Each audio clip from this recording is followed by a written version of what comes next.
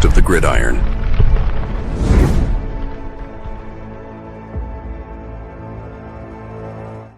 All right. Welcome to the Gridiron, baby. If you give this video a thumbs up and maybe share this video, that would be absolutely freaking phenomenal.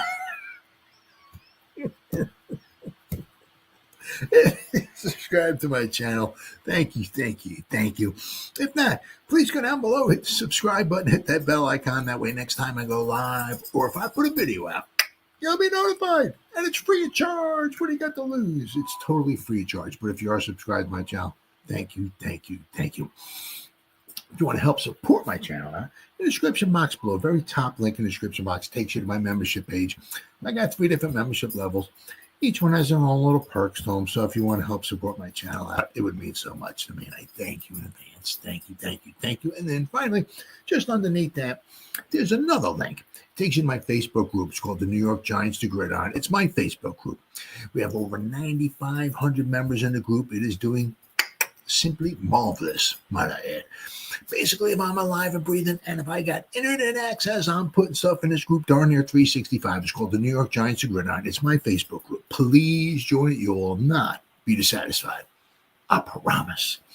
All right. Well, I'm going to talk a little bit, not too much, on the Turd Bowl tomorrow. Tomorrow. It's not quite midnight yet, but that's in a little bit. But one of the things, the Giants have like a little over, as of right now, right, a little over $40 million in, salary cap space going into next season. Now, after they sign like their top 51 players and they sign their draft class, because you got to remember, that the number 3 pick, that's a boomer. Kayvon when he was number 5, Evan Neal was number 7, Malik Neighbor was number 6. They each one has their own little price, right? Number 1 is whatever, $10 million a year. Number 2 is whatever, 9, 3 is 8. It goes down a little, increments. But number 3, that's a boomer. Okay.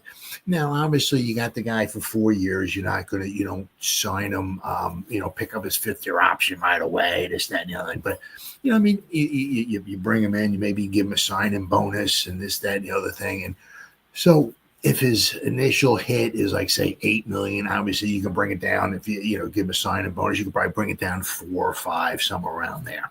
Right. But regardless, it's a boomer. Now, the second pick in the second round, that's going to be a little bit of chunk of change as well, too, right? So the signing draft class is going to cost, somewhere around $10 million, somewhere in that area, right? So the Giants have a little over $30 million to play around with, right? Now, obviously, you like to have, a little bit more, if you could. They have quite a bit of money in 2026. However, right, at 2026, they only have 20 some odd players signed in 2026, and obviously there are no quarterbacks. There's no quarterbacks this year either. But in 2026, Kayvon's not there. Evan Neal. They only have so many players, but they do have some money to play around with, right? And one of the things, right, is that if we can get a quarterback in the draft and you start playing around with like the house money, shall you say, right? Where you're playing around, you got that quarterback, right, on the cheap, if we're lucky enough to find the franchise quarterback, right? You have him for 5 years on the cheap, right, which would be huge. Especially, even if we take Cam, or we take Shador at number 3, right? And say, I don't, let's see.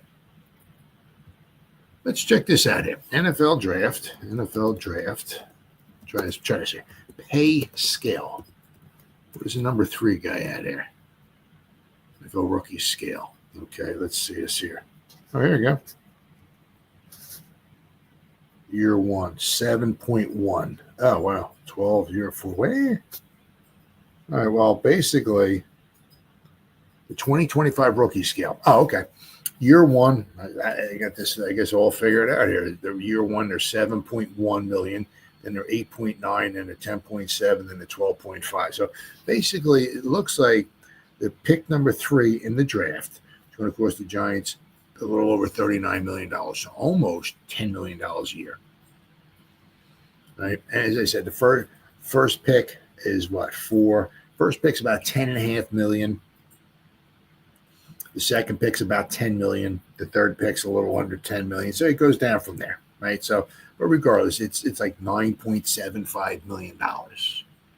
Okay, so that's that's what the first guy's going to want to cost in the Giants, pick number 3, unless we trade up or trade down or whatever, right? So you can see it's a little chunk of change.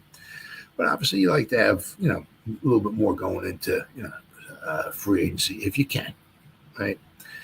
You're not sure how Shane's going to want to spend some of this money, right? Because he did talk also is on Hard Knocks, I believe. What do you want to do with some of the money? Do you want to kind of go middle of the road, right? So let's say we got $30 million. Do you want to bring in 6 $5 million a year guys? I mean, that's 6 guys. That's not bad at $5 million a year. Now you're not getting, an elite Hall of Famer or something, or you might be getting a Hall of Famer maybe on his final last leg or something or whatever, right? But I mean, if you're going to go middle of the road, or you want to bring in 2 $15 million a year guys.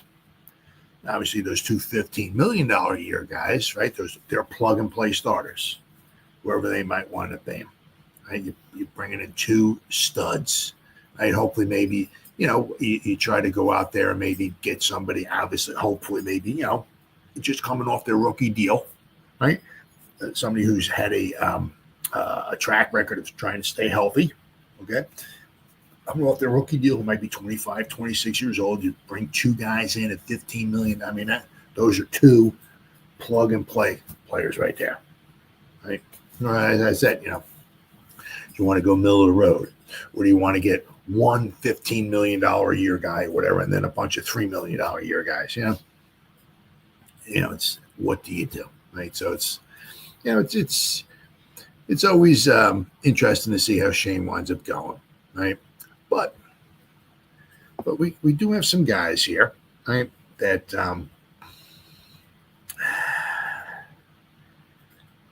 they certainly could restructure, right? Giants could restructure veteran contracts to create significantly more cap space as offseason. Now, obviously, that's this season, and you want to look at it like that too, as well. You're obviously pushing money down the road. Is that something you want to do? Are the Giants in a win now mode? Because also don't forget too, not that the Giants want to, at the end of the year, have $30 million of cap space left over. You want them to spend, right? But if they have, whatever they got left over, carries to the next year. It's not like lose it or use it, use it or lose it. Said it wrong, backwards. So if you don't use it, you carry it to the next year. So if the Giants are, they don't think they're in the win now mode, right? I mean, they spend, don't blow it all. Maybe push it a little bit, an extra 5 or maybe 10 or so next year, right? Once they think they may be more of in a win now mode, that's when they can maybe, put the pedal to the metal, right? But the first things first. First thing is, you want to, find that quarterback, right? Giants are currently projected to have about $43 million in salary cap space this offseason. They are projected to have roughly $32 million in effective salary cap space, which is a cap space a team will have after signing the top 51 players and its projected rookie class to its roster. Now, that's the one thing, there is the good and the bad, right?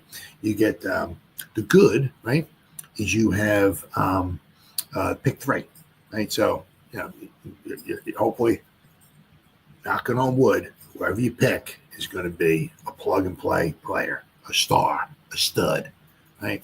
What comes with that obviously is, it's going to cost you some money. Now, if you're obviously going to be the Chiefs or the Eagles, I'm sure they'll probably want to do well, and they'll probably wind up picking somebody, right? Who will be a fine addition to their team, but at picks number 31 and 32, so they'll get a fine ball player, right? But it's not going to cost you anywhere near as much as what pick number 3 is going to cost you. So I mean, there's the good and the bad. You get your pick of almost every player in the draft, right? Whichever one you want, except for 2, unless you trade up. But it's going to cost you. I just talked about like $9.75 million on an average. So it's a chunk of change, right? That's why also it's really helpful. You want to make sure you hit it out of the park. While this might seem like a lot of spending money, well, not really, but it will dry up quickly once free agency kicks off in March. I'll tell you what, guys, we have about 5 weeks, because let's not forget, February is a short month, obviously, right? It's only got 28 days. We got 20 days left in February, and then we got like half of that. So we got like 5 weeks. I guess it's what, Monday? Maybe is it the Monday?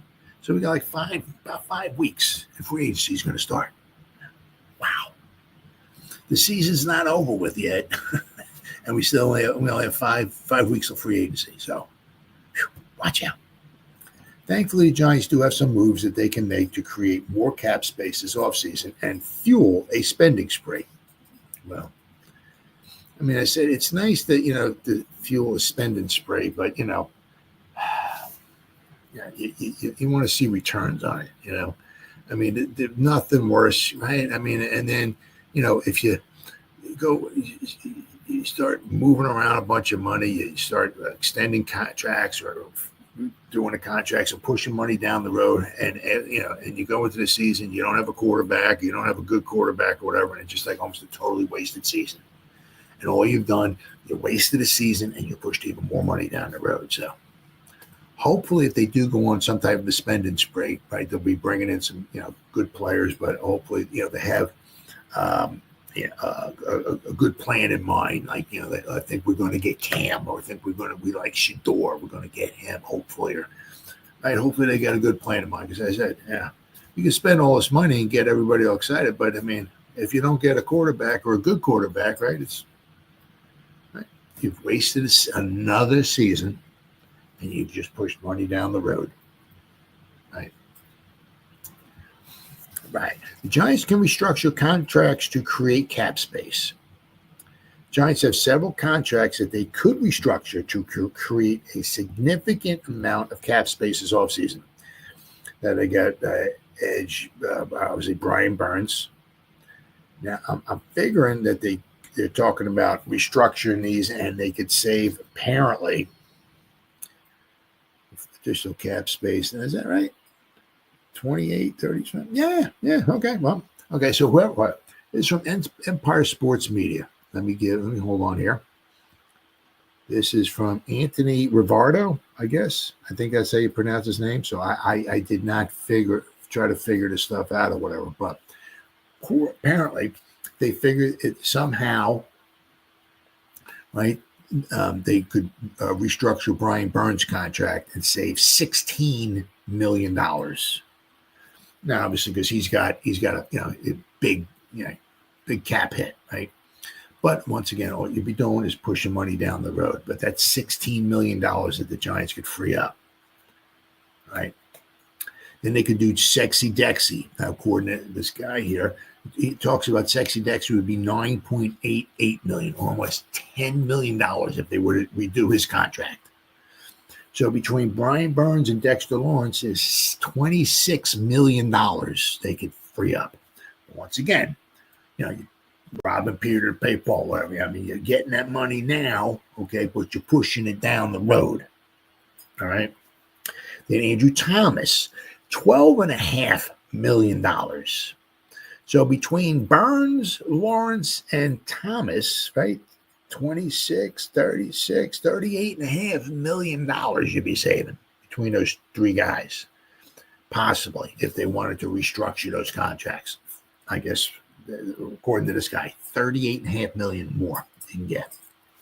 Then Bobby Okereke, $3.9 million, or about another $4 million. So that's $42.5 million. Then John Runyon Jr., another $4 million. So that's about another 46.5, let's say 16, 26, 36, 37, 38, 38 and a half. 42 and a half, 46, $46.5 million that the Giants could, if they wanted to. Now, the one thing is, I mean, so you figure $46.5 million plus the 30-something that they would have after they sign their draft list. The Giants could have like literally, close to about $75 million in cap space. Now, obviously, that's not something, that you want to obviously spend all of it, obviously, because you got to have money going into the season, right? And it doesn't hurt to obviously carry some money over into the next season. But the Giants could, after they sign their top 51 and their draft class, if they restructured some of those 5 contracts, just 5 of them, all right, Giants could literally have about $75 million in cap space. Not bad. Not bad. Now, is that something Shane wants to do? We'll have to wait and see.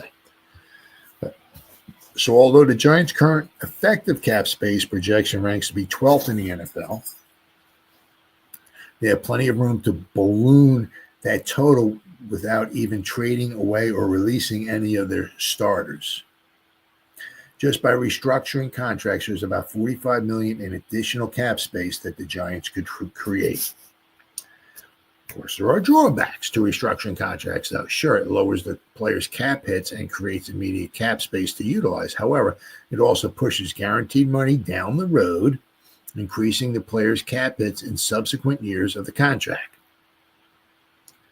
The Giants feel like they're a few pieces away from significantly improving their roster and winning more games in 2025. They could restructure these deals to bring in some new talent, but they will need to be careful not to tighten up their salary cap space in a significantly limiting way in the future. Now, as I said, I said this once, I've said this 300 trillion times, right?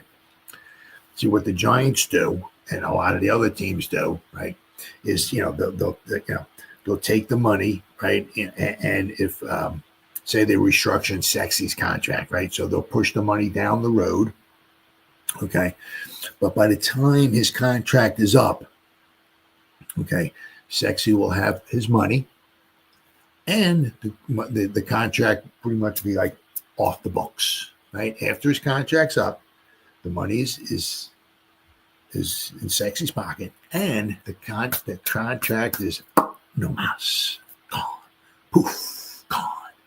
Unlike the Eagles, which is one of the big reasons, one of the reasons why they have a very good team, is because they don't do that, right? They have like 6 or 7 guys that they have void years added on to the end of their contracts, like Saquon Barkley, right? That's the only reason why they can afford Saquon Barkley. Jalen Hurts he goes $51 million a year, $51 million. His cap hit this year is like $13 million. It's like, where's the rest of the money at? It's pushed down after his contract expires. That's what the Eagles do, right? That's why they're in a win now mode. That's why they look as good as they are when they're really not, right? And I said, I don't like it. I don't like it at all. It's, if they want parity, right, grasp this concept, right? When you sign a guy to a 3-year deal, after 3 years is up, right, the money is all in the guy's pocket, and the contract is gone, no mas. And I said, none of this crap the Eagles do. We'll add void years on to the end, and we'll push all the money after his contract so we can afford to keep all these. No. If you can't afford to pay the players, right, and have the contract be done, right, you can't afford to do that, you don't get the players, right? Bring a little bit more parity into the league instead of one team just pushing all this money down the road, and don't like it at all. I can't stand the Eagles. I don't like what they're doing there, right? But, the Giants certainly could, use some extra money. Now, as I said, be interesting to see, how they're going to go. Are they going to try to bring a one stud in here? Are they going to try to, draft a quarterback and bring in a minimal, like I did a video, Jameson Winston, Justin Fields, bridge quarterback, where you're only paying him $5 to $10 million a year. Be interesting to see. The Giants can, like what they did with Bernsey. They brought in an edge rusher, a real good edge rusher. Are they going to go out there and maybe bring in another one or two real good studs on the team, another plug and play players, right? So we'll have to wait and see. But then we got about 5 weeks to go. 5 weeks.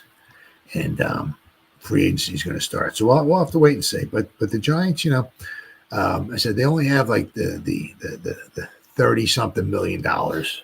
Okay. But there's 5 veteran contracts that if Shane wanted to and restructure, right, push some of the money down the road, right, the Giants could have almost $75 million in salary cap space, which would be pretty good. But don't forget, right, there's the good and the bad. You get the money now, but it's, you're paying for it later on because those players' cap hits in subsequent years is going to go way up through the roof. It's like Leonard Williams. Remember him? I remember when we had, he had a year or two, whatever, and it was like his last year, we owed him like $30 million or something like that. It just, like, can't do that. All right, well, let's talk about, this is me anyway. I'm just an old fart. I can't stand it, right? This is, I'm not watching it. The Kansas City refs versus the Philadelphia Void Years. Who wins? Who cares? Now, obviously, of course, there's going to be 300 trillion people watching the game. I get that. Well, I won't be one of them.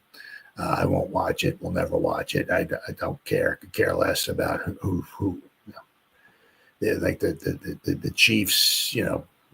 Apparently having the calls that the Chiefs get and all.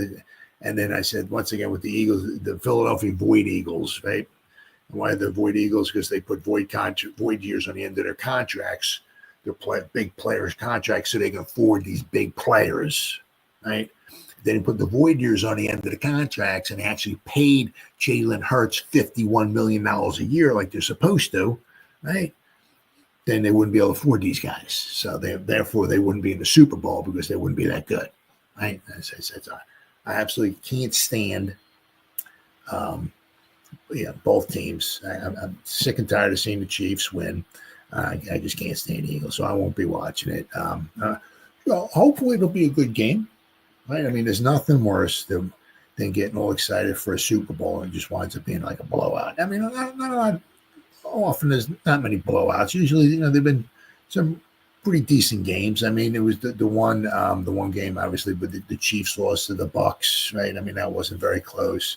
But there was a lot of games have been pretty doggone good. So hopefully, whoever does watch, which I'm sure it'll be, 99% of the population, it'll be a good game. It's just that I can't stand both these teams. It's when Patrick Mahomes first started going to the playoffs and the championship and the Super Bowl, and he won a Super Bowl. I said, wow, hey, Patrick, you're a cool guy. You're a likable kind of guy. Hey. I always thought Andy Reid was a fantastic coach. He's going in the Hall of Fame, lock, stock, and barrel. Right? He took to the Eagles back, what was it? I think 2001, 2, 3, and 4. I think it was the 4 straight championship games. Right? Fantastic coach. Unbelievable coach, right? He's in the Hall of Fame. Steve Spagnuolo, right? The former defensive coordinator for the Giants, right? We had him 2 times, right? Pull for him. It's going to be great. But after I just get a little sick and tired of it. And then it's on top of that, it's like, then you almost kind of see like these penalties that either get called for the Chiefs or don't get called again. I could just go on. The one thing. The there was the against the Texans. You can talk about the first down last week against 2 weeks ago against Buffalo that the Bills probably had that they didn't get, and just the ball that hit the ground when the receiver caught the ball for the Chiefs and it could have been over. Just the one when Mahomes is going out of bounds and he goes flying like it's like flopped out of bounds, like he got pushed or something like that to try to draw a penalty. It's just like I just can't stand it. I mean, the one guy for the Texans, takes like a half a step and pushes Mahomes and the flag comes out for it. It's like, get the out of here. I mean, Jared Goff, throws an interception, throws a pick six where he tries to run down there and make a play. He tries to make a tackle, right?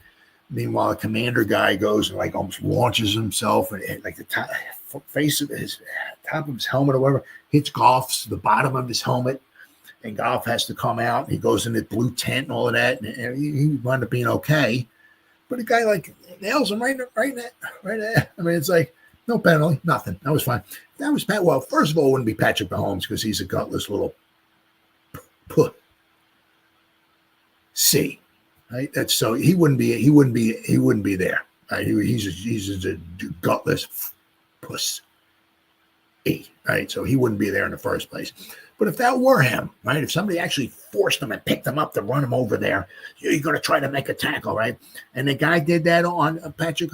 Oh my God, the flag would be out. The dude would be suspended. He'd be kicked out of the game. The touchdown the Commanders would have been called back. Just because that was Patrick Mahomes. I just can't stand it. So can't stand it. Absolutely can't stand it. And I said the thing is, I said with the Eagles is I don't like it because I said, and it's perfectly legal. There's nothing wrong with it. It's just that I don't like it. There's none of this, as I said, when you sign a guy to a contract, say it's a 3-year contract with Saquon, 3 years, and say it's 4 years for $10 million a year. Just make it easy, right? So, if you want to only pay him 3 or 4, whatever, get his cap hit down the initial season and only pay him $5. Okay, well, if you guarantee him $40 million, whatever, the final 3 years of that contract, you owe him $35 million. However you want to break that up. You want to go 5 and then 6 and then 7 and then 20 something or whatever. Okay, that's what you want to do.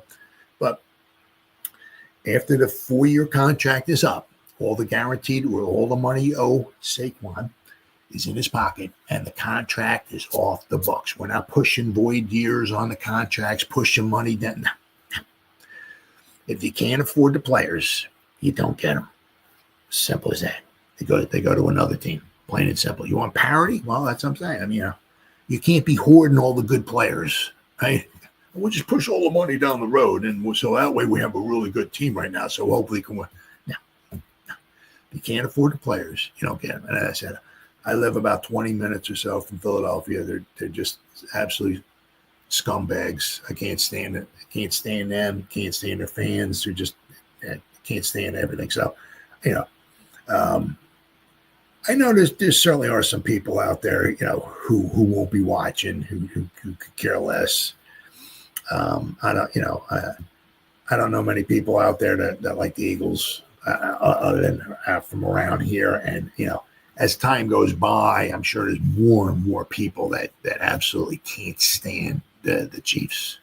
I mean, I was just watching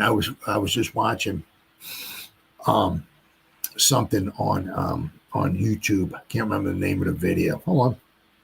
Let me see. Is it still up here? YouTube. Is it still here? I had it. Hold on. Yeah.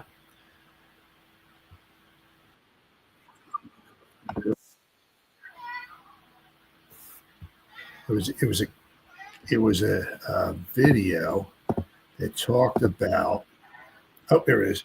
An unauthorized history of the NFL. It was something put out. It looked like it was 1983. It was put out.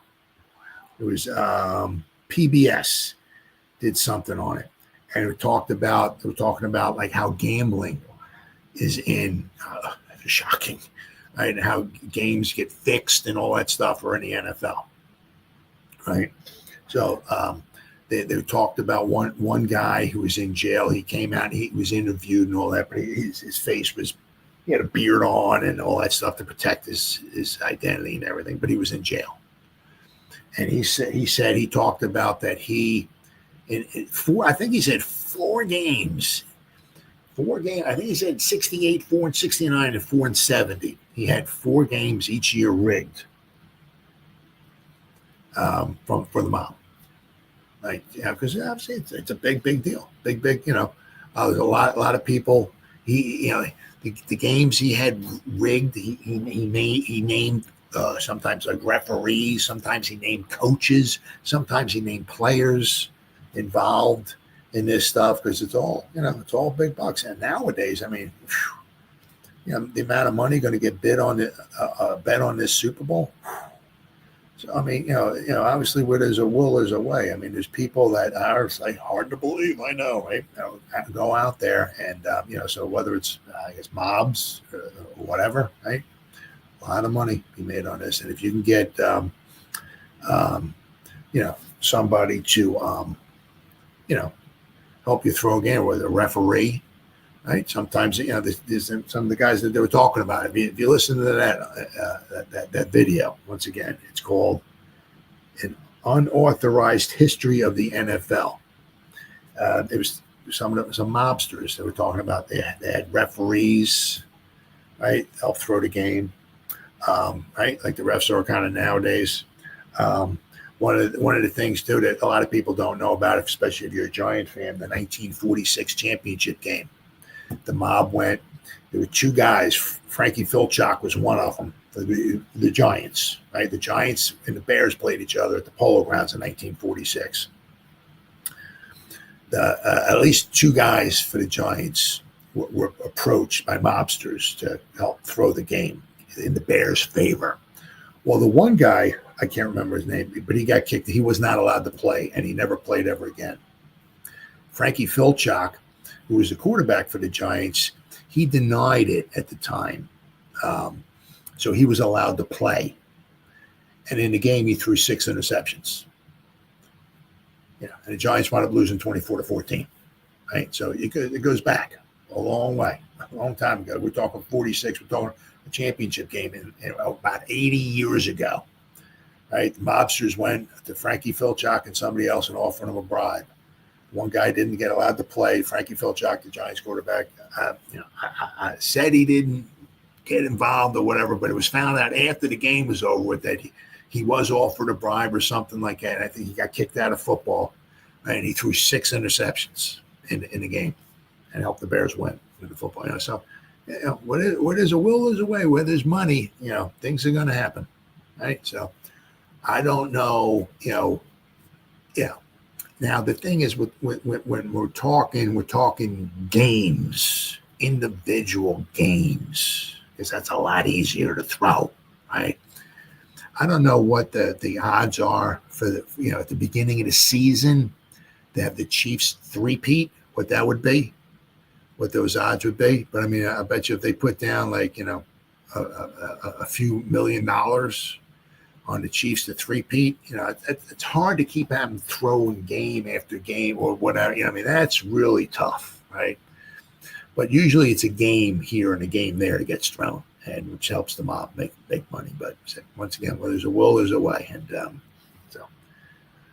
but whoever watches the game, hey, enjoy yourself. I hope it's a great game. I hope it's close. But I will never ever watch.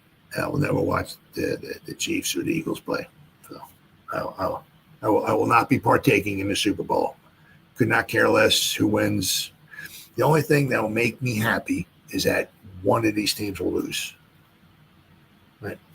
If the Eagles win, I'll be happy for the NFC East, because then we'll have 14 Super Bowl rings, right? By far the most. It will also be the only division in football where not only every team, if the Eagles win, not only every team has a Super Bowl win, but every team will have multiple Super Bowl wins. The only division in football, NFC East, if the Eagles win. We still are the only division in football that has each team has a Super Bowl win, right? Eagles got 1. Commanders Boston Braves, Redskins, Commanders, Washington, the WTFs, the WFTs, whatever you want to call them. They got 3, right? Giants got 1, 2, 3, 4, right? And then the Cowboys got 1, 2, 3, 4, 5, right? So it's 13. So the only division of football that every team has a Super Bowl win, right? If the Chiefs win, right, they 3-peat, but I'll be very happy because the Eagles will lose. So, right? But I said that's the only thing I got. One of these teams will lose. That's the only thing I can cheer for. But whoever winds up watching it, have a great time. Hope it's a great game. Hope it's a close game, but I won't be watching it. All right. Now we got a lot of different individual people coming up here in this portion of the program. Now, this one here is talks about Daniel Jones. Why the Giants failed in the Daniel Jones era. Well, there's many reasons why the Giants failed in the Daniel Jones era, but there's a story here on there's a former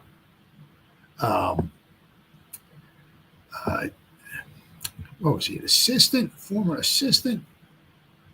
Former Giants assistant coach suggests why the Giants failed in the Daniel Jones era. So, I mean, obviously, there's a ton of reasons why. One of the things maybe he just wasn't quite good enough. But so the former assistant here, the former Giants quarterback's time with the franchise had its ups and downs, but one coach that was around him believes it was doomed to fail for this reason. When the Giants drafted former quarterback Daniel Jones in 2019, he was already burdened from the jump with having to shoulder immense expectations for a player of his caliber.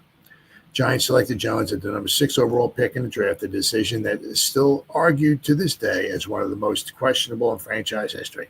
Not to mention he was chosen to be a faithful successor to 2-time Super Bowl MVP quarterback Eli Manning, who at the time had one foot out the door of the organization into retirement. With his early selection from the top 10 picks of that year's draft board, Jones was expected to come in and make a difference immediately to the Giants' offense that was losing its luster in the final years with Manning. The issue was that Jones was never that same level of flashy at the college level with Duke. He never amassed over 3,000 yards and had only one season with over 20 touchdown passes to his resume. Nor was he placed in the greatest systems for a young gunslinger during his early time at the helm in New York, and the results certainly showed for it. Jones would only eclipse the 3,000-yard marker and 20 touchdowns in one of his first 3 stints under center, and would take on some of the most sacks seen by any quarterback in that same time. In addition, each passing year seemed like it held the same set of problems in terms of the quality of pieces around him on the offensive side of the ball, making it hard to fully place the blame on the quarterback for all the miserable records in the last half-decade. So believes former Giants assistant coach Dr. Anthony Blevins, who worked with the team during the Pat Shurmur, Joe Judge, and Brian Daboll eras, and has said in an exclusive interview with the Locked On Giants podcast that the Giants venture with Jones failed mainly as a result of changing the environment around him that was finding some early growth in. Now, let's not forget, right? His first season, now he had like 3,000 fumbles, I'll give you that, but let's not forget, first season at the helm, he had 12 starts, threw 24 touchdown passes. He had 12 interceptions, but 24 touchdown passes. 2 touchdown passes a game. He hasn't come anywhere near that since that time. Nowhere near that. Well, I'll say this. Daniel came in and replaced Eli the legend, so that's hard within itself. And how he handled that, but I think one of the biggest mistakes was not continuing the growth process with Pat Shurmur that first year, Blevins said, because you just took a guy that was a rookie and you made him a rookie again, and you went with a guy in Joe Judge that wasn't an offensive guy, wasn't an offensive head coach. You need somebody that could truly develop the quarterback, and I don't think that was the case. The Shurmur tenure with the Giants took place in 2018 and 19, was certainly nothing to write home about, but there was evidence of the former quarterback coach from the Eagles having some sort of positive impact on the initial development of Jones, who took over the starting role for the majority of his NFL debut. Pat Shurmur was there in 2018, right? They brought in Saquon, and what did Saquon do his rookie year? He had 92 receptions, over 2,000 all-purpose yards. 2019 is 1 year with Daniel Jones, right? Daniel Jones, 24 touchdown passes. Didn't come close to that ever since after that. Despite the Giants going 4-12 that season and owning a mediocre offense in terms of overall production, Jones had arguably one of his best years moving the football in the air. He posted a 61.9% completion percentage on his 459 pass attempts for 3,027 yards. He had a 2-to-1 touchdown ratio, 24 touchdowns and 12 interceptions. Jones had some pretty remarkable performances in that stretch of 13 appearances. I mean, it's like, he played like one series against the Dallas Cowboys, and of course that's an appearance, right? So I mean, he basically had one drive, I think it was, against the Cowboys, right? So, including his infamous welcome to the league moment that came on the road against the Bucs, when he combined for 4 touchdowns and executed a beautiful game-winning drive with his last score to steal the first of his 32-31 win as a pro. Of course, we had no defense that year, so when the Bucs just walked down the field, right, with we had like a minute to go, whatever, they just walked down the field, and thankfully their kicker missed like a 4-yard field goal, or else we would have lost that game because our defense just stunk that year. Let's see. Before Jones could earn a full year's work under his belt in the Shurmur system, the Giants parted ways with the coach and replaced him with the special teams coach and Judge. Not something that's going to help your second year quarterback, right? The offensive scheme wasn't conducive to his needs, and early signs of progress went sideways in the next 2 seasons. Giants' offense was anemic and fell to the second worst scoring unit in the league in Judge's first year as a head coach. By the end of the second, Jones's number fell to 2,428 yards, 10 touchdowns, with 17 combined interceptions and nagging neck ailments taking hold of his consistent availability. The other problem was the lack of any true weapons that came into play under the Gettleman Judge regime that didn't end until the end of the 2021 season. Outside of Saquon Barkley, who had his own ACL and ankle injuries. Now, of course, that's when he was with the Giants. Now, of course, when he's with Saquon's with the Eagles, he gets 342,000 touches and doesn't have any problems. But he only gets injured when he's with the Giants. Imagine that. Barkley, who had ACL and ankle injuries, was limited to only 15 games and two 1,000-yard outings in that span. The Giants' investments in the receiving group, like Kenny Galladay, Kadarius Toney, Kyle Rudolph, failed to produce a player with more than 521 yards and 3 touchdowns. Then there was the inept offense line that slid from 17th in pass blocking grade during the last year with Shurmur to a dead last in 2020, and 30th by the time Judge was relieved of his duty after a 4-13 stint the following season. Giants kept investing money in draft capital into options that could turn the tide, but it wasn't working and only led to a deterioration of Jones' confidence. It all culminated in the once hopeful successor to Manning getting battered up mentally, weakened in the pocket, and now out of the picture. Giants now find themselves in the same predicament 6 long years later, a tired fan base with the solution awaiting a potential partnership with the next candidate in the upcoming draft. But before the Giants get there and choose their next franchise quarterback of the future, it'll be this lesson that should speak loudly to Joe Schoen and Brian Daboll, who are also on the cusp of make or break season for the longevity of their jobs. You got that right. The good news is that the Giants are already on the right track with providing themselves a better offensive product for the incoming novice.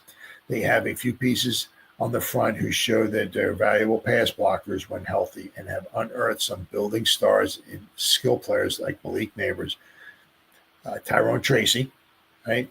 Wando Robinson.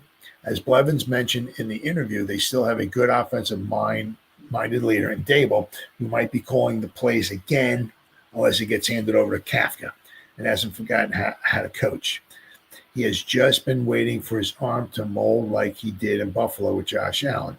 And now the potential can be fulfilled with the right quarterback selection in April's festivities. But the Giants must avoid the mistakes of their past with Daniel Jones to ensure a brighter future with a chosen successor. I mean, that's, obviously there's a million things, right? That, my legs here. Oh, my God. There's a lot of things. I mean, obviously, maybe Daniel Jones wasn't quite that good. But you saw, Shermer is not a good head coach. Good offensive mind, good offensive coordinator, very good with quarterbacks, this, that, and the other. So you saw 24 and 12, right? 12 interceptions. He had like a lot of fumbles, right? 24 touchdown passes, right? As I said, Saquon in his rookie season, Shermer, the coach, right?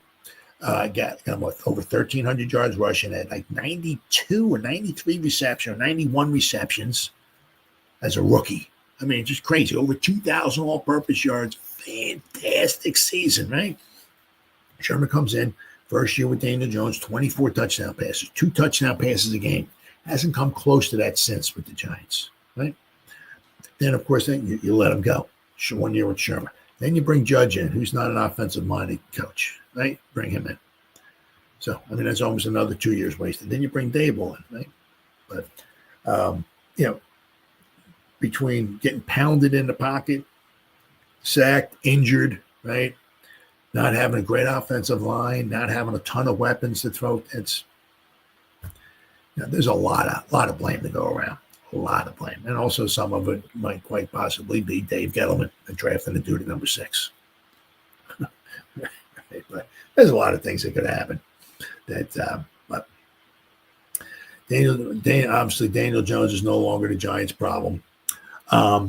One thing is that we have like $22 million, I think, in dead cap money for Daniel Jones' upcoming season, right? But after this season, Daniel Jones, obviously he's gone, but Daniel Jones' money will be gone off the books, no mas. So we have like $27 million in dead cap money, right? Basically, it's from like 2 players. So 22 of it is from Daniel Jones, but it's going to be really good. I said once this season's after the 2025 season's over, actually, if you look, we don't have any dead cap money in 2026. So most of the dead cap money we have this year is Daniel Jones. But once he's gone, once his season's over, 2025 is over, Daniel Jones will be gone, right? And now our next person of the program is. Man, is this guy? It's really amazing, really, really amazing. It's like there's certain guys who can, who are, you got what? A couple different types of guys, right? You got guys who are, obviously to make it in pros, you got to be really, obviously, really, really good. Some guys are like Lawrence Taylor. Out in the real world, they're lost. They're totally lost. They can't, they make one mistake after the other, whether it's, whether the people they're associated with, whether it's the way they're being brought up, whether it's there, blah, blah, blah, blah, whatever, some people, they just make one mistake after the other. Some people off the football field just are totally, totally lost. And it seems like Plexico is kind of like one of those guys. Just, Now, unfortunately, his ring, his Super Bowl ring, is up for auction. And according to, and I don't know how long the auction's going on for, don't know. But at the time of the writing of the articles, a couple articles I'm going to be reading, it was up to $30,000. Now, obviously, of course, the Super Bowl ring, the one Super Bowl, right? I mean, with the Giants, right? You caught the game-winning catch and all that stuff and everything. Didn't have a phenomenal game, but he caught the game-winning catch, right? They didn't have a phenomenal game in the Super Bowl, but he did have the game-winning touchdown, right? But it possibly might get her up around $100,000 maybe for the ring. So, I don't know exactly what he needs the money for, but If he needs, let's see where we at there. Here's a breaking day, all pro. There we go. Let's see what we got here. Giant Super Bowl hero and ex-con Plaxico Burress Super Bowl ring hits the auction block. Super Bowl hero wide receiver Plaxico Burress is doing a down and out. The scandal-scarred star has apparently given up his sole Super Bowl ring in more than a decade of financial and legal troubles. Ahead of Sunday's big game, Heritage Auctions put on the block the former G-Men's icy Super Bowl 42 memento, featuring a trio of white and gold diamonds encrusted Vince Lombardi's trophy and Burress's surname. Oh, where's the cat? Oh, here. 6'5" receiver caught the game-winning pass with just 35 seconds left as the underdog Giants defeated Tom Brady's New England Patriots on February 3rd, 2008, in what is considered one of the greatest upsets in Super Bowl history. Up until that game, the Patriots were obviously undefeated. All right, the ring, which celebrates the 2007 season, is being sold on behalf of an anonymous new owner. It was authenticated in a November 16th letter from Burress, which suggests that he may have hocked the ring just months ago, according to somebody. I would assume it's in 2024. That's the assumption that we have to take. Ivy told the Post. Burress told Giants.com in 2014 he had worn the ring just 5 or 6 times. The 12-year NFL veteran could not be reached for comment, and it remains unclear why he parted ways with the beloved ring. But it's got to be something. The man needs money. The jewelry currently is a bid for $33,000, although the Dallas-based auction house believes it could fetch a staggering final bid of at least $100,000 by the auction's end, February 22nd. Okay. So we got almost 2 weeks left to go. Burress currently co-hosts Fox's Sports Radio Upon on Game, whatever the heck that is, weekend show, and owns a juice bar in Wayne, New Jersey. Burress has fumbled before. Yep. November 2008, just 9 months after his historic catch, Burress accidentally blasted himself in the leg with an unlicensed firearm. I mean, it's just amazing how stupid you can be. It really is. While trying to get into into a nightclub in Midtown Manhattan. I mean, why are you bringing in a gun in Midtown Manhattan? It's just absolutely so stupid. It's beyond me. If you have to go someplace where you need a gun for protection, you just don't go there. If you're that stupid, I mean, I don't know what to tell you. I mean, it's amazing. And it's on an unlicensed firearm, too. I mean, just so unbelievable. The explosive embryo, which made national headlines, upended the Giants' 2008 season, along with his career with Big Blue. 2009, Burress pleaded guilty to attempted weapon possession and spent 20 months behind bars. After getting out, he played a single season with the Jets in 2011 and just 4 games with the Pittsburgh Steelers in 2012. Legal and financial troubles continued to dog him. 2010, Burress was slapped with a foreclosure notice on a Lighthouse Point, Florida mansion he had with his wife. Tiffany purchased for nearly $4 million in 2005. The home was reportedly sold off for just $2 million in a short sale in 2014. In 2013, Burress unloaded his Virginia Beach home for $480,000 just before it was slated to go to auction under court order. The sale settled liens placed on the property stemming from $159,000 debt Burress owed a woman who claimed she suffered neck and back injuries after he rear-ended her car in Florida in 2008. 2 years later, Burress was charged with cutting a bad check for electronic funds transfer to stiff the Garden State out of $46,000 in taxes on his $1 million income in 2013. He scored a plea deal for a mere tax evasion charge and was sentenced to 5 years probation and $56,000 restitution. What a idiot. Absolutely. I mean, it is amazing. In 2017, the Burrises allegedly stopped paying their mortgage on their 5,500 square foot pad in New Jersey, which they purchased for $1.5 million back in 2005, leading the banks to issue a foreclosure on the property in 2018. According to court records and a TMZ report, the dispute was settled as of February 2021. The Forest Hill Field Club in Bloomfield, New Jersey, secured a judgment in 2019 for Burris' failure to pony up his $3,100 tab at the country club, according to New Jersey Superior Court records showed.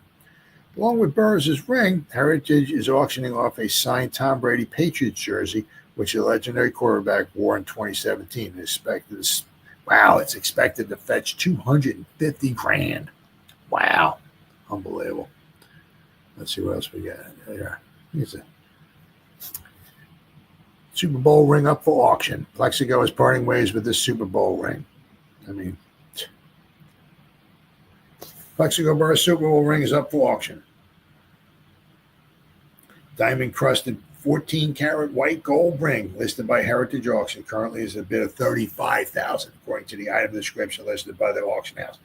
Burris certified in writing that the size 11 ring is the only one he received from the team to commemorate his participation in the Giants' stunning championship victory. Burris' football career fell apart in 2018. Yep. I mean, it was later found that the gun belonged to Burris, for which he had a concealed weapon permit from the state of Florida that had expired, was not registered in New York. The receiver was initially charged with 2 counts of criminal possession of a weapon in the second degree, but eventually reached a plea deal where the charges were reduced to attempted criminal possession of a weapon, with the receiver being sentenced to a 2-year prison term. 2-year prison term. I mean, I can't even talk. It's just unbelievable. Absolutely unbelievable. I mean, just some people on the field, and I mean, obviously, you got to work at it and all that stuff. But some people, they're gifted too, right? At his height and all of that and everything, the man was given some incredible gifts. And obviously, he had to work at his craft, and he did a phenomenal job and all. But it's just simply amazing. I said Lawrence Taylor is another one. How you can be just gifted with these gifts, right? These phenomenal gifts. And you can be such a star and all that on the field, but out in the real world, you're just totally freaking lost. Absolutely, totally lost. And it's a shame because I don't know how old Plexico is at this time, but that whatever he gets for his ring, if it's $100,000, I'm sure it's probably going to be long gone very quickly. And then I don't know what he's going to do after that to get money. No idea. But I mean, it's just some people. You're just hanging around the wrong people, getting wrong information or whatever. But whoever he's hanging around with or whatever, he really needs to stop it. But he needs to hear that from some of his peers, some of the people he played with, like maybe an Eli Manning or Michael Strahan or something like that, right? Some of those peers, some of those guys that are good on the field and good off the field. Because I'll tell you, I mean, if Plexico played it right, boy, I'll tell you, he could. I mean, he could have been a pretty good stud outside of football. But but it is what it is. I mean, obviously, I certainly don't wish the guy any harm or nothing bad at all. But I certainly wish the guy nothing but the best. Let's see here. Now, the next guy we're going to talk about here. A lot of individuals here.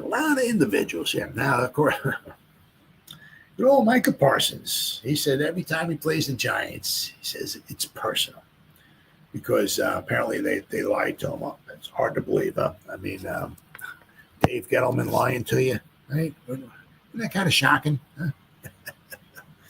Because apparently when he told or he talked to Parsons, he said, if you're there, we're going to draft you. Now, the thing is, the interesting thing, right, is that one thing one thing, of course, you don't know. Of course, we want to take in this moron right here. Once again, another guy who's given gifts. I mean, you can't cover this guy. I mean, this guy is just, unbelievable, the moves he has and all that. But the guy can't stay healthy. But it's just, just goes to show you, some people are given just such gifts, but off the field and everything like that, they're absolutely, totally freaking lost. And that's another one right here.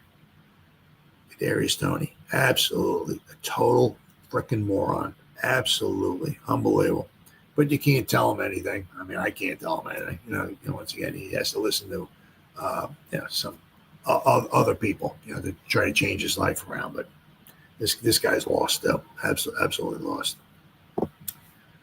But apparently they told Micah Parsons that he when the Giants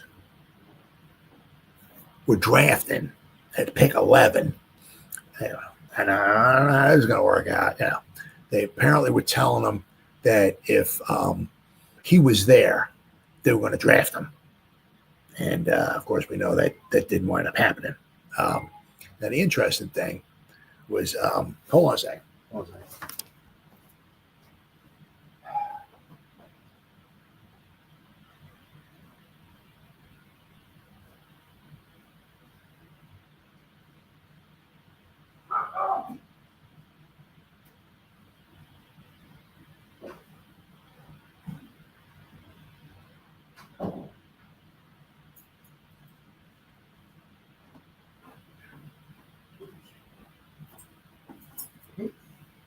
I do apologize.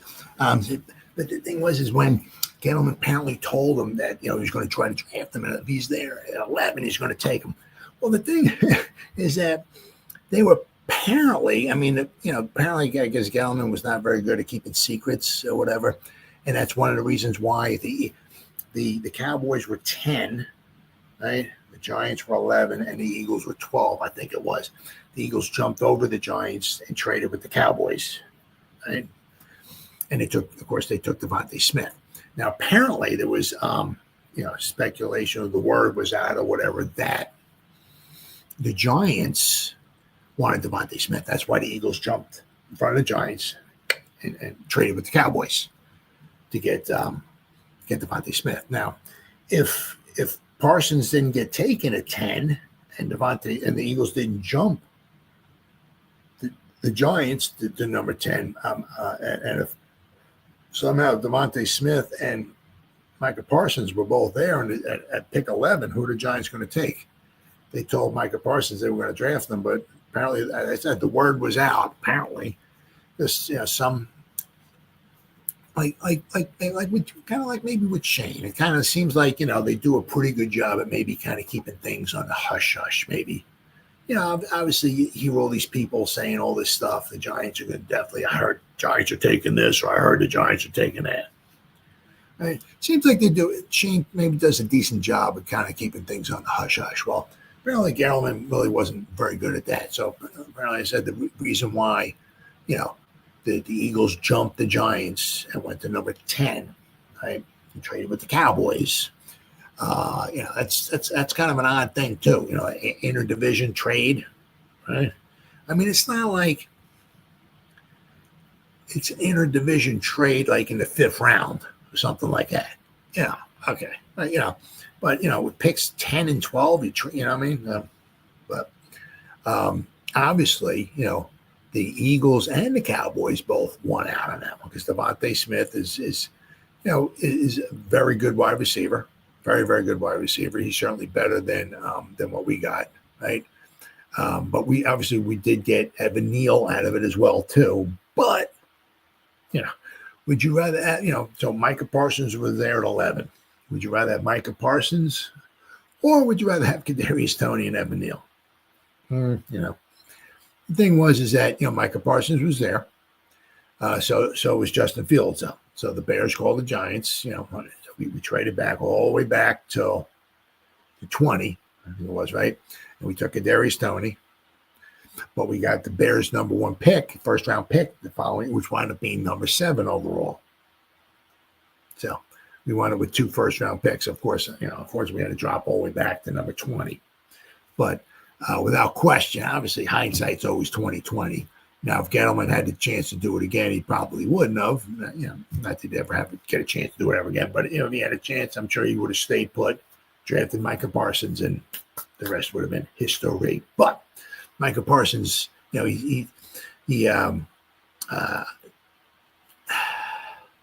takes it personal when he plays the Giants. Now, not that he's ever had humongous games against the Giants. I think if I read in one of these articles, he's played 8 games, right? 4 seasons, 8 games, right? He's had like 4.5 sacks. I mean, he's had some tackles for loss, a bunch of quarterback hits. So he only had like 4.5 sacks.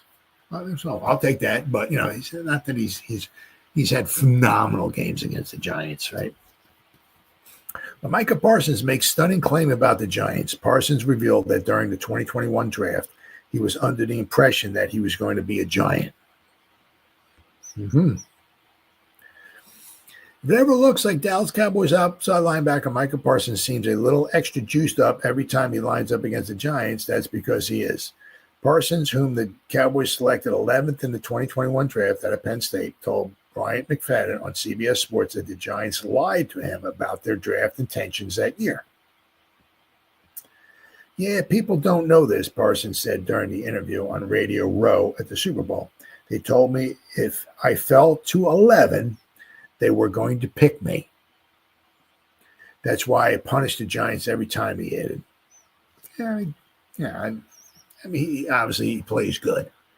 I don't know about punishing the Giants, but the one thing is he can always make fun of the Giants because every time they beat the Giants, right? So he can always whoop it up on the field and have fun and all that. But I mean, he's never had like a 9-sack game against the Giants or not. He played well against the Giants, but he plays well against every team. Instead of going to the Giants, what transpired in that draft saw a rare interdivisional trade between the Cowboys and the Eagles, in which the Eagles received the 10th overall pick in the draft to use on Devontae Smith, believed to have been a Giants target that year. Now, which is interesting. Oops, sorry, but if Devontae Smith was a Giants target, right? And if Micah Parsons was there at 11 as well, too, who were the Giants going to take? Dallas received pick number 12, which they used to select Parsons, and the Eagles' 3rd-round pick, number 84, which they used on defensive end Chauncey Golston. The Giants, meanwhile, traded out of the 11th spot with the Bears, who selected quarterback Justin Fields out of Ohio State. General manager Dave Gettleman, who had moved down to number 20 in the 1st round, the spot previously held by the Bears, selected receiver Kadarius Toney out of Florida. A pick that turned out to be a colossal bust after just once. Gettleman and the Giants also received an extra 5th-round pick, number 164, which they traded to Denver in that draft, plus the Bears' 1st and 4th-round picks in 2022. The 1st-round pick that year turned into, obviously, Evan Neal. With the Giants having allegedly gone back on their word to Parsons, as he claimed to be the case, the linebacker has made it personal every time he faces the Giants. They lied to me, Parsons claimed of the Giants. As far as making the Giants pay every time he sees him, Dallas is obviously 8-0 in the games in which the linebacker has appeared. Parsons has 4.5 sacks, 21 tackles. So 21 tackles is like 2.5 tackles a game. He has half a sack a game. 6 tackles for loss in those 8 games, as well as 13 quarterback hits and 1 pass breakup. His sack total against the Giants is less than he has against the Eagles. He has 5 against the Eagles. And Washington, he has 10.5 sacks against Washington in 5 games. So he averages 2 sacks a game against Washington. In addition, none of Parsons' 3 NFC Defensive Player of the Week awards have come against the Giants. So, obviously, I'll know. I deny he hasn't had bad games against the Giants, but he going off on the Giants, I haven't really seen that, But inside, I'm sure he's fueled and it's personal. I'm sure it'll always be personal. The team tells you, if you're there, we got you, brother. We got. Somebody looks you in the eye. There's a GM, right? Tells you. We're going to take, I mean, sometimes, obviously, sometimes going back is and collecting draft capital is huge. Now, if the Giants hit it out of the park with pick number 20 and pick number 7, you can see, right, where maybe Gettleman had, Gettleman did pretty good, but, it's, one of the things is that, when you got a chance to get a difference maker, right? Instead of, when you got a chance of picking somebody who's the 10, take the 10, right? Instead of getting a 7 and an 8, right? Take the 10, take the one superstar, the one difference maker, right? And be happy with it, because that's what the Giants need. You need, I mean, could you imagine? Now, the thing is, you don't know, right? Following year rolls around, just say the Giants don't have the 2 first-round picks. Say they got pick 5. Who would they have taken? Would they have taken Kayvon? Interesting. Don't know, right? It's the butterfly effect, right? You make the one decision this year, though, that changes everything the years after that. So you don't know what the Giants would have done with pick number 5. Or if they had taken Parsons, right? If they took Parsons at number 11, what would their record have been, right? Might have been better. So maybe they weren't picking at 5 and 7 or whatever, right? Well, they would have been picking 7 because they wouldn't have had to pick. But maybe they weren't picking 5. They might have picked 10. Right? Let's not forget about Lawrence Taylor. They were, what the heck were they? They were, what were they? What did they win? 3 games? I think they won 3 games.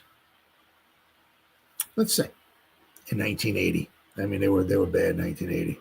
New York Giants, 1980. I mean, that's why they didn't win 2 games. They won New York Giants, 1980. I mean, this is why they picked second in the draft. Oh, they were 4. Oh, I know. They got 4 wins. Oh, not bad. They had 4 wins. Okay, 4 wins. They were 4-12, but that was second worst. That's why they picked Lawrence Taylor. But because they picked Lawrence Taylor, right? And they had some building blocks around them. Don't get me wrong, right? But they picked Lawrence Taylor. They went from 4-12 to 9-7, right? So you can get one big difference maker, like maybe a Micah Parsons, okay? And he can, obviously help you win more games. So, but sure would be nice, man, if we had a Micah Parsons on this defense with sexy and it is what it is. But I don't know if Dave Gettleman lied to him or whatever it was, but Mike is not very, very happy. Understandably so, right? All right, so the next portion of our program,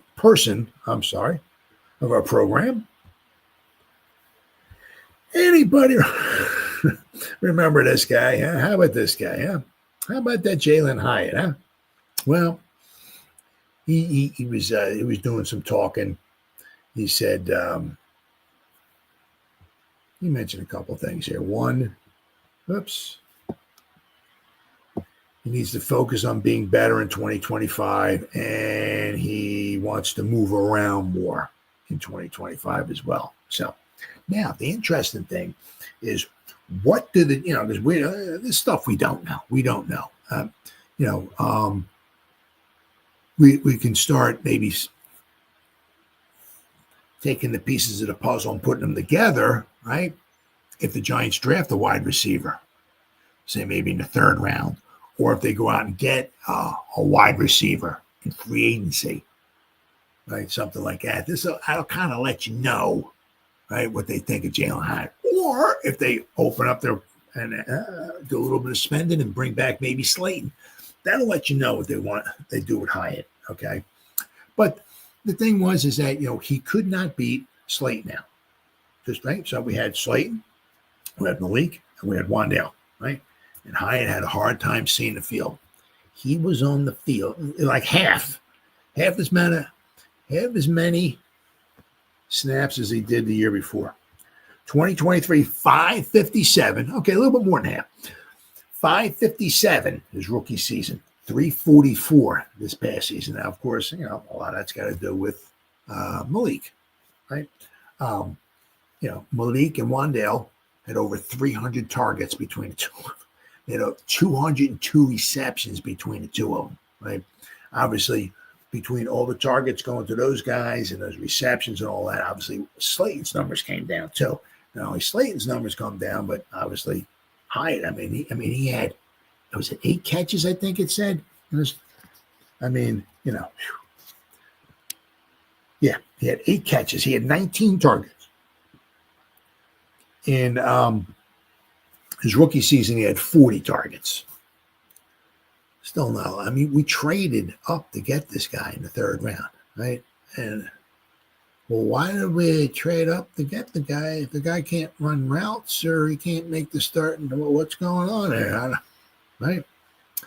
But he had 23 receptions his rookie season.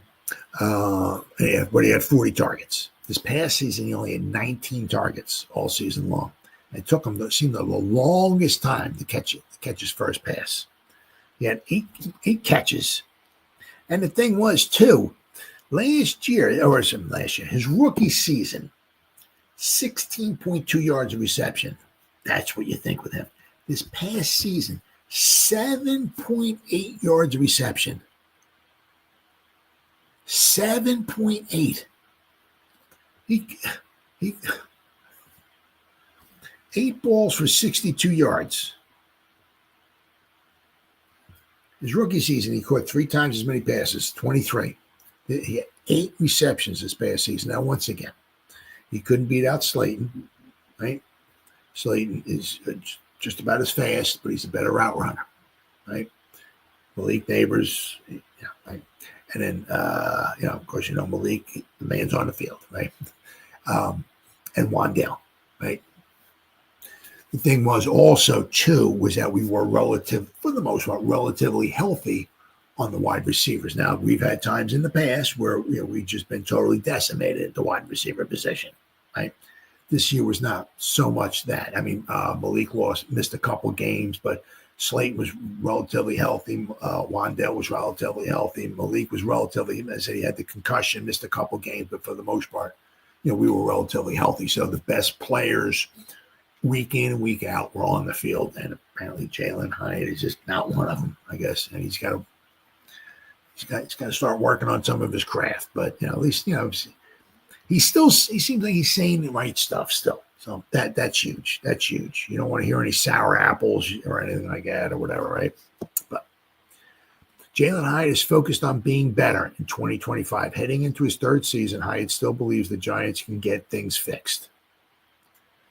Giants' 2024 season was a brutal one from start to finish. Fans looking for a glimmer of hope set their sights on securing the number 1 overall pick in the draft, but the Giants pulled off a Week 17 win, pushing them out of the top draft spot.